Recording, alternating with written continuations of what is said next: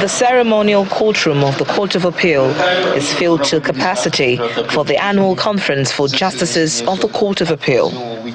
The ceremony brings together justices of the Appellate Court, the Chief Justice of Nigeria, retired Chief Justices, some ministers, and senior advocates of Nigeria. The Chief Justice of Nigeria tasked the judicial officers to change the dwindling perception of the judiciary. There is a growing negative perception of the judiciary. We must all individually and collectively work towards changing this negative perception. We look into genuine complaints.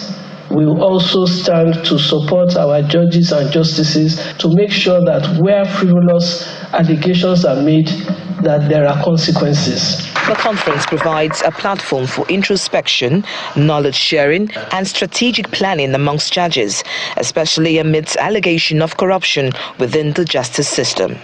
Justices occupy a position of paramount importance in the administration of justice, and with their decisions exerting a profound impact on individuals, communities, and society at large. Nevertheless, despite our expertise and experience, we are not immune to the limitations inherent in human decision-making, including errors, biases, and prejudices. Allegations are first made in the social media to the world at large before complainants think fit, if at all, to refer matters to the National Judicial Council. The public and the press pass judgment on these allegations, and all that the complainants appear to require from the National Judicial Council is to rubber stamp those conclusions and punish the judges. The Attorney General of the Federation and Minister of Justice, Mr. Lateef Fagbemi, emphasized the constitutional separation of powers, highlighting the challenges facing judicial independence. My lords, distinguished ladies and gentlemen, we must acknowledge, and I do, that challenges to judicial independence persist. These challenges can come from various or multifaceted sources, including but not limited to political interference, public opinion especially perpetrated on social media, and even well-intentioned efforts to improve the justice system. It is, however, imperative that we remain vigilant and steadfast in our defense of judicial independence. The conference is an avenue for judicial officers to deliberate on issues affecting the justice system and prefer solutions as the court gears towards the 2024-2025 legal year. Strengthening our judicial system and our electoral processes is our first conversation this morning, and joining us to navigate these very complicated waters, we have the Senior Advocate of Nigeria, Mr. Jibrin Okutekpa. Thank you so much for joining us. He is joining us via Zoom from the United Kingdom. Good morning, sir. Good morning, Kayla. How are you? I'm very well, thank you. And also joining us via Zoom is the founder of Connected Development, Mr. Hamzat Lawal. Election observer extraordinaire. I think he's observed every single election in this country using Uzabe. I think they have a platform that they use to check that. Thank you so much. Also joining us from the UK. Thank you so much for being with us this morning. Well, thank you for having me, Kayla. I'm actually joining you from Saudi Arabia. Oh, from Saudi Arabia. Thank you so much for that correction. All right, so we have both of you here. Let's kick off this conversation. I'm going to start with you, Mr. Hamzat Lawal. You heard some of the things that were said at that conference, and three issues stood out for me. Judicial independence, perception of the judiciary, where everyone is saying we have to correct this wrong perception, and the concept of justice in itself.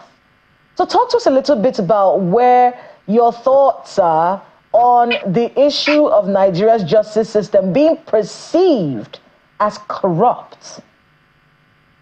I think that I'm even excited that they had that conference and they're conscious of the facts that there's a reality on the ground around the perception of the Nigerian judiciary or the Nigerian justice system, like we call it. And it's good because if they're that conscious, then probably we can work together to roll back on those perceptions.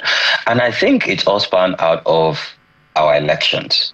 the role of the judiciary and how we get judgment and counter judgment. I can even cite some example. Do you want us to go to Kano? Even go to other states and the role of judiciary and how it's really not clear on what those judgments and how those judgments come to be. And there are no consequence. One of the speakers talked about consequence when allegations are made that are not founded. But when allegations are made and investigations are carried out and then people are caught wanting, what then happens to them, and how do you communicate this to the Nigerian people to start rebuilding back trust? You see, the most important ingredient in every society is trust. And sadly, right now, the Nigerian people do not trust the Nigerian judicial system or the Nigerian justice system. Because what we've seen is as if the rule of law does not apply to everyone. The rule of law only applies to some segment of society. And this does not speak well to the kind of country that we want to build, or the kind of country where we want people to be proud of, where Nigerians will be more patriotic to support their government. And most of the time when we even talk about government, people forget that the judiciary is an arm of government, probably one of the most important arm of government, because for justice to be served, the judiciary have a key role to play. I'm going to go to our senior advocate of Nigeria, Mr. Jibrin Okutekpa. Are there these allegations of corruption in the judiciary, are they founded in your view? Or are we being simplistic in the way we're looking at it? Is it a little bit more complicated? Well, Kela, thank you very much for this question. And I'm happy that the Honorable the Chief Justice of Nigeria, the Honorable the Attorney General of the Federation, and the Honorable the President of the Court of Appeal, and all that addressed that gathering that was previewed earlier, agree that there is a general perception in this country that there is no justice in Nigeria. And then I think that that perception is rooted in the principles of law, that when right-thinking members of the society go away thinking that a judex has been compromised, then justice is thereby murdered. And I think that we all know the problems we have in this country, and our problem is the problem that was rightly identified, one of which is the lack of independence of the judiciary. And when we talk about independence of the judiciary, it's a multifaceted concept. Independence in terms of appointments, independence in terms of finance, independence in terms of execution of even the capital project of the judiciary, independence of the character of the judex to say no to even interference from political actors. And I'm happy that politicians have as their attribute partiality, while judex, judicial officers, have as their attribute impartiality. And so it is therefore, in my view, rightly thought out by the lawmaker that since politicians can do whatever they want to do and follow whatever processes they needed to follow, men and women that have been trained in the act of impartiality to be given responsibility to adjudicate over both political and other matters that has to do with the existential being of Nigerian nation. And so my view, therefore, is that where judgments are rendered that are devoid of justice, for instance, in the electoral process, where Nigerians know that they did not win election, but the judicial arm of government set principles of law, and the legal profession, members of the legal profession, propound principles of law that are anti-people, anti-democratic development, then the people are bound to complain. For instance, we all know that our electoral processes in this country, people who snatch ballot paper, people who stuff electoral materials, people who didn't qualify to be in office, when a matter comes to court and the principles of laws are propounded that put roadblock to the efficacy and efficiency of adjudication of this electoral justice, in a manner that we now pursue what looks like technical justice at the expense of substantial justice, and we fail to take into account the complaints of the generality of the people who matter. We fail to take into account that in a democratic system, sovereignty belongs to the people. And then whatever the politicians do on the field of electoral victory, it does not matter to the judicial arm of government. Then people are bound to complain. So I am happy that we have identified the problem. And I think that the problem is in us, ability to change and turn over a new leaf as we enter in 2025. Because we know that what goes on in our society are contrary to the tenet of purity of justice. I want to be able to talk about that because that's something I've heard you say before. Your push for substantial justice rather than the technical justice that we get in courts. Could you expatiate on that a little bit and how that can help our judicial system to be more trustworthy, at least in the mind of the Nigerian person? Let me speak from the point of view of electoral justice. Now, when petitions are filed in court, the judiciary themselves have said in the past that what is in issue is not only the rights of the parties before the court, but the rights of the people as to who govern, who represent them.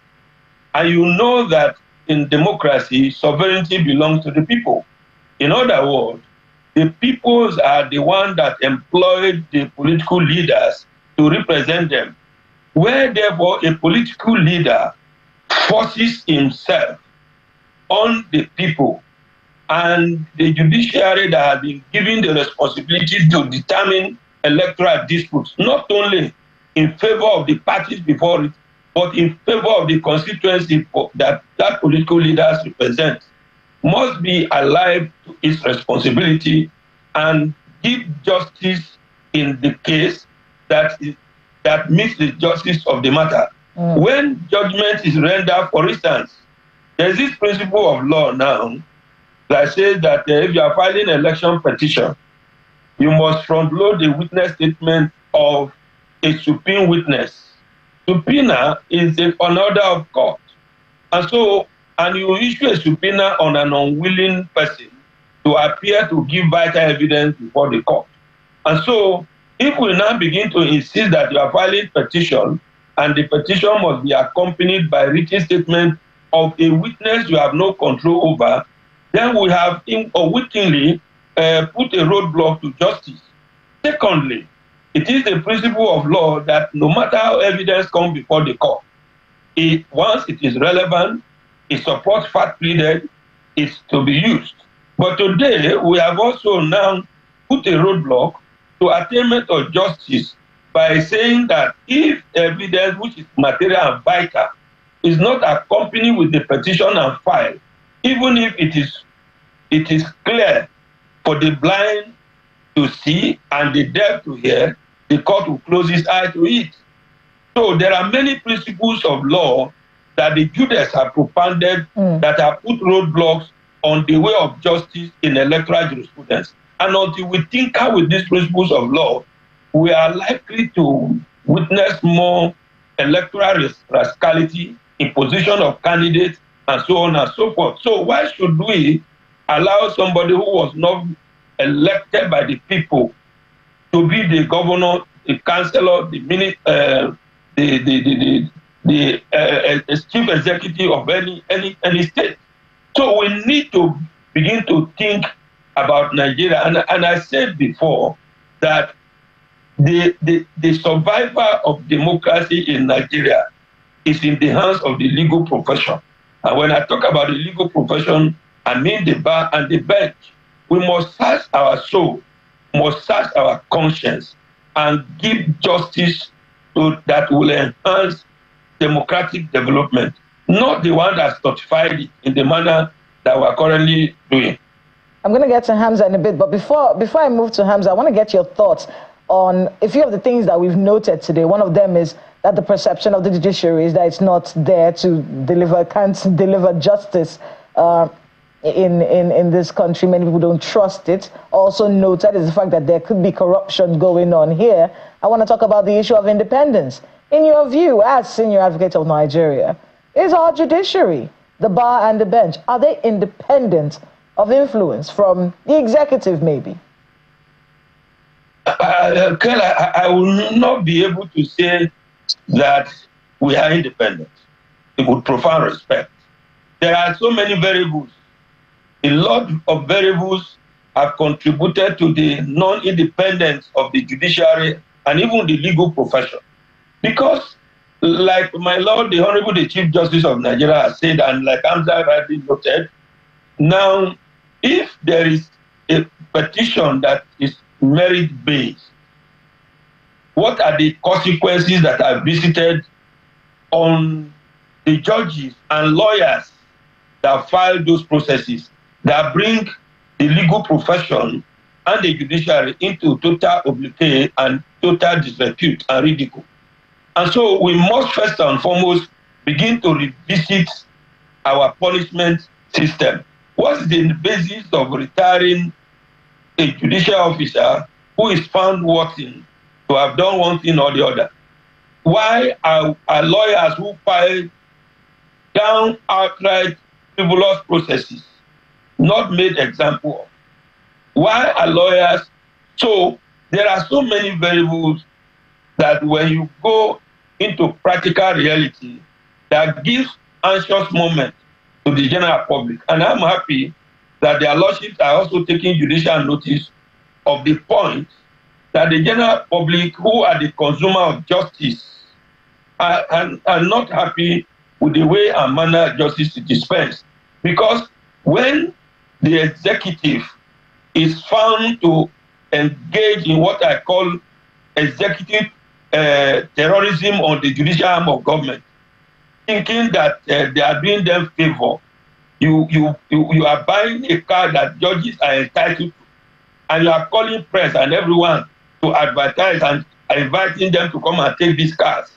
For me, that's demeaning, because the legal profession, the judicial arm of government, is the only arm of government with defined qualification. Why should we be ridiculed?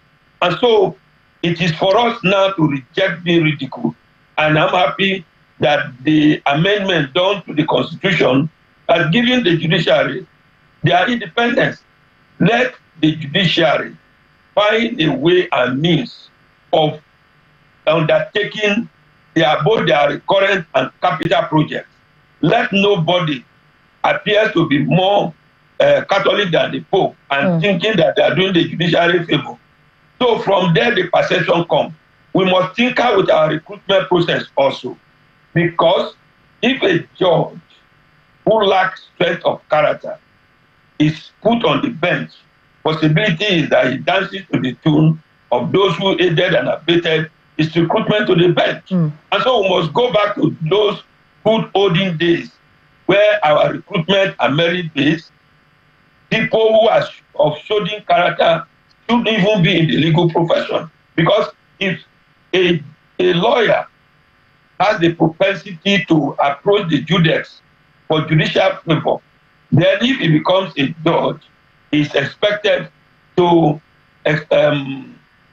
expected such kind of a thing to be extended to him. After all, it is in our best interest for our judiciary to be independent in terms of finance, in terms of recruitment, in terms of discipline, and in all areas, because nobody can do it better for us than ourselves. I'm going to go to you, Hamza. You've heard everything Mr. Okusekpa had to say, and paints a very bleak picture. It's not very encouraging, when we hear these things. And he brought up the good old days. You couldn't find a judge. Where will you see? Where will you see a judge in Nigeria? Where would you find them? Growing up, that was how it was. There was such a mystery around these people who were considered above board in every aspect of life, But we are where we are. These perceptions, do we have to wait for people's minds and hearts to change? Or are there more stringent measures that can be put in place? Since you refuse to be good, can we compel you to do the right thing with the law? Well, I agree with the Leonard Sig, and I'm even glad he talked about capital and recurrent expenditure. And before I delve into that, you see, let's not throw judiciary under the bus. Let's not completely throw them, because I think society itself, there's a problem. Our value system is terrible, and sadly, this has now robbed off of our judicial system. You know, I am very young, so I cannot maybe process the good old days. But my generation are getting tired. You know, the Gen Zs that are after us are also getting tired and complaining. And if you follow through the pre and even post-election judicial process, you can tell that it was even the Gen Zs that were really targeting judicial officers. See, this is a democracy, and we must interrogate every arm of government. And see, what is happening is very dangerous, because you see, if an executive can budget for judiciary and then, like the Leonard Silk said, and bring cameras to then give them handouts, like I'll call it, it means that the National Assembly can also wake up one day and say, you know what, let's, become Father Christmas to the judiciary. And this is unacceptable, Judicial officers are people that we should hold to high esteem in society. And if we then look down on them, then this is dangerous to our democracy. Now let's go to independence, or what I call the capital and recurrent expenditure. Why don't we have access to the budget of the judiciary? Why can't we interrogate the budget of the judiciary? Because the Leonard Sig said if the people truly holds power in our democracy, then we should interrogate their budget. Their budget should be made public. And then we should know what they're budgeting for capital expenditure and recurrent expenditure. We cannot interrogate executive and the legislative arm and then say, oh, judiciary is a no-go area. No, that does not depict democratic principle. We must, because we're taxpayers, because we have interest in how our country is governed, we must interrogate their budget. And when we interrogate their budget, it is the people that would now advocate and ensure that truly the judiciary becomes independent. Because again, when you talk about independence, whoever controls your resources, how your resources are disbursed to you, can actually make or mar you. So if the Nigerian people rebuild back confidence in the judicial system and processes, knowing that someone is trying to withhold their resources, and because they are open, because we can interrogate them, because we know what is on the line item of their budget, the Nigerian people would rise and ensure that they get their resources as at when due, so that they can function optimally. Quite a number of issues raised, but let me follow up quickly with you, Hamzat.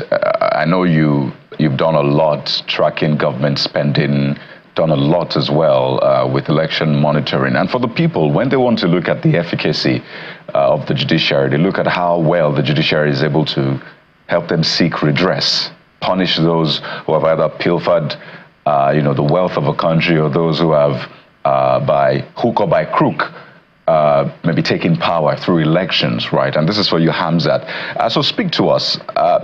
Do you think for those issues, in terms of government spending, election as well, which the senior advocate had spoken to, overall for this year now, we can limit it to this year, do you think the people have been able to get technical justice or substantial justice, as they say?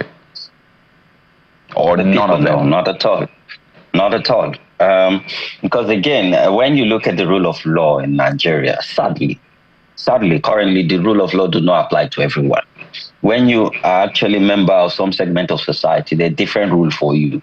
When you're ordinary, or when you're below what they call, that benchmark they've placed, then the law actually is different for you. So sadly, the people have not felt that either technical or, or the main reality of what the law should be for them. And I think, this is dangerous to our democracy, because you see, the judiciary, like they say, is the hope of the last man. So if the last man's hope is taken away from them, then what you have is anarchy. What you have is people taking laws into their hands. So, and I think when you also look at the judiciary, it's not as if they're independent in terms of their operations. They need also law enforcement to work with them.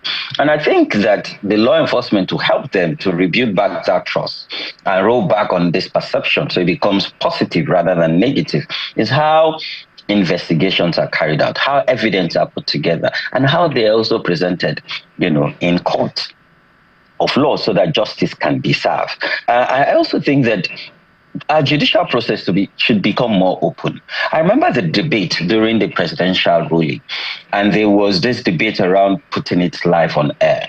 And then later it was accepted, but that the faces of the judges should not be shown because of, maybe security reasons or whatnot. But I think this should not be the case. I think the people who hold the lives of nation, people who determine the trajectory of nation, should be shown to the Nigerian people. Because what this also do is it erodes the fact that judiciary is some area that nobody should watch. No, this is a democracy. Every single area can be interrogated. People should know who is helping shape what becomes of our democracy, the kind of actions, the kind of judgment that are being rolled out in our courts. I think that if we open up the judiciary more and the Nigerian people can better interrogate them, and the judiciary are also aware that people would hold them to account, people would interrogate them, and whatever action or whatever judgment is being made, the history would be written, either good or bad, on how they've acted based on the evidence put before them. I think that they would, sit up. But most importantly, consequence. We cannot have a country without consequence. Because we can't say, executive will hold them to account, legislative arm will hold them to account. What about the judicial arm? How do we hold them to account? And what are the consequences when petitions are brought forward and those petitions have holdings? Well, let me go to the senior advocate, Hamzat. It's a very tricky one, and I hope that you can help us get a better understanding of this. So, is the nation the way it is because of the judiciary, or the judiciary is the way it is because of the way the nation is? The chicken and the egg, which one comes first? You seem to have made the point that, well, the judiciary is the way it is because it comes from the country, so it's a function of what the country really is. But some will say, well, the judiciary is there so the country will not fall into chaos. And it's quite ironic that the judiciary helped the local governments get some sort of autonomy. At least that pronouncement really gave it some bite. Well, the same judiciary is seeking autonomy in that sense. But what a year it was, really. This was the year we got the CJN, just Kekere Kun. This was also the year, senior advocate, that former CJN Onoye sort of got his clean bill of health. You recall 2019, it was quite controversial, the CCT declaring him guilty. But 5 years after, he was discharged with out-of-court settlement. And that casts a shadow on the judiciary itself. Why did it take so long? But I want you to make this point as I just tie the questions together. Nigeria ranked 120 out of 140 countries in that 2024 World Human Rights and Rule of Law Index. And it goes across different factors, regulatory enforcement, civil justice, criminal justice, fundamental rights, and the rest. I packed quite a lot, but back to the opening comment. Is Nigeria the way it is because of the judiciary, or the judiciary is the way it is because of Nigeria? Well, I will want to say that the judiciary has allowed itself to be the way it is because of Nigeria.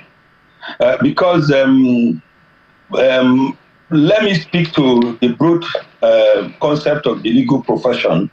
This is a profession that has its code of conduct, code of ethics, and by our rules and regulations, we are not supposed to give appearance of impropriety. And so when impropriety is noticed and they will begin to defend the impropriety with legalism, now something begins to creep into it. So it is our ability to tolerate most intolerable behavior that has rubbed on the judiciary. And let me make this point before I'm understood as saying that the Nigerian judiciary and all the judges are bad. No, I didn't say so. There are good judicial officers working in a very unhygienic environment created by lack of value and respect for institutions in our country. Today, I asked a question the other day: what is the national value of Nigeria? What is our orientation towards purity of doing things? There is a concept that has been manufactured called Nigerian Factor. What is this Nigerian Factor? Nothing goes for nothing. And so should we in the legal profession, who have the code of conduct and as minister, as representative of God on earth, begin to accommodate impurity in the an otherwise pure system that has been devised by God for us to represent on the planet earth? So I come back to us. We must choose to be either the light that we are supposed to be, or join the darkness that the society has already inflicted on the judicial system. And so for me, what we need to do is that, one, we must sit down as a nation, and the heads and all the leaders of the profession agree that, one, all is not well. Yes, we are operating in a society where the value system is low. We must make the difference and not defiling ourselves with the pollution in the unhygienic political system. And I think it is my Lord, late Justice Nikki Toby, that warned that judges and perhaps legal practitioners who are not politicians must maintain far distance from politics before the system is rubbish. And today, it is profound respect. The political class, the power that be, that have robbed on the judiciary and made the judiciary to look dirty, when indeed, as a matter of fact, judiciary is supposed to be the purest arm of government, the most powerful arm of government, because it is the judiciary that has been given responsibility in the Nigerian Constitution to adjudicate and determine disputes between government and government, individuals and government, and so on and so forth. And the reason that responsibility is bestowed on the judicial arm of government, or which is part of the legal profession, is that we have the code of conduct that is rooted in what is pure and straightforward, which is rooted in morality. So today, it is difficult for us to see the kind of justice we want, because the society itself seems not to allow the judiciary to dispense justice in the manner that it was set up, because there are a lot of interferences here and there, and judges are under tremendous pressures. Right. And so the judges themselves and lawyers in particular, and I say this with all sense of responsibility, we must agree to have a boundary beyond which we cannot cross, even in adjudication. Why must judicial officers be overwhelmed in electoral processes with so many processes that are filed to overwhelm them, so that they have no time to look at it? But let me help you also fine-tune, because earlier on you made it clear that you're not saying that the whole of the judiciary is bad.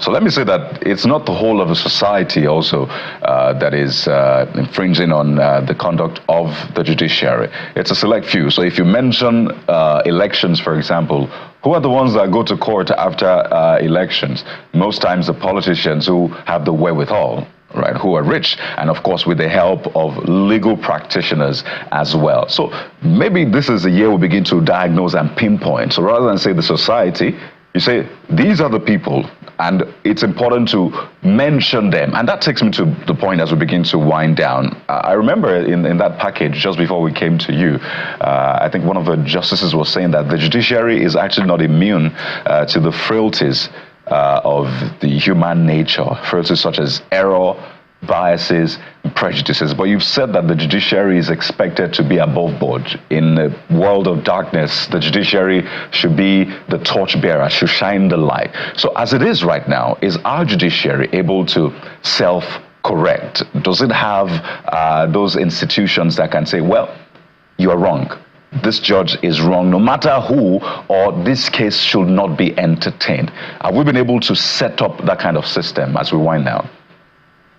We have the system. For instance, there is the National Judicial Council. The consequences should be visited without fear or favor. 2, the judiciary itself must look at the principles of law it has set, which are now constituting roadblocks, and overrule itself, because they are not infallible. Like His Lordship rightly pointed out, they are subject to human frailties. They can make mistakes. And so when the public are complaining that what you have done is wrong, they must have the liver, they must have the nationalistic instinct and the judicial imperative to revisit those decisions. They have to, if we must be seen as building confidence in the system. And the only person who can correct the perception is the judiciary itself and the legal profession. And they have to do it because, as it is today, every Tom, Dick, and Harry have the perception, even though no empirical evidence, that the judiciary is corrupt. And is it a name that we should accept? Well, there's some evidence to that, senior advocate. Just this year, we saw some judges being punished. So definitely not the whole of the judiciary, but we've seen those instances. And in fact, we've seen the ICPs, for example, doing the survey, and the judiciary ranks top in terms of those who collect kickbacks and the rest. So there's some evidence, but certainly not the whole of the judiciary, just to buttress that point. No, the point I'm making is that why is this perception so rampant now? Right. We need to ask ourselves, because where judiciary appears to give the judicial legitimacy to a process that appears to the general public that are not legitimate, the general public are bound to complain. Where evidence is brought before the court and the judiciary closes its eye to such evidence of monumental fraud in the electoral process, just simply because of the way it travels to court, then the people are bound to complain. Because we have in our electoral law that no one person should vote more than twice. Where you bring card reader or beavers machine that shows overvoting, but you say the card beavers machine produced in the court was produced by a person who didn't have a witness statement or note, but the evidence is clearly showing overvoting. And you rubber stamp a man who comes to the power through overvoting, then you have destroyed the beauty of democracy. All right, well, I mean, I want to be able to trust the judicial system. Every Nigerian wants to be able to trust the judicial system, and this perception that it is the weakest link in the dispensation of justice and in our democracy, that perception really does have to change. And I think that's something all of us will be looking forward to. But I want to thank both of you for being here with us. Mr. Jibrin Okutekpa, joining us via Zoom from the UK. Thank you so much for your insights this morning. Thank you, Kela, and God bless Nigeria, God bless the Channels TV, and God bless the judicial system in Nigeria. Thank you very much. And of course, Mr. Hamzat Lawal, joining us from Saudi Arabia, the founder of Connected Development. Thank you again for being with us on the program. Well, thank you, Kela. And let people or politicians stop saying go to court. It sends a wrong signal. Sends a wrong signal right there. Thank you both. Well, we do have to go on a break for business. Business Morning on Sunrise Daily. And when we come back, more conversations as we move into 2025. Please stay with us.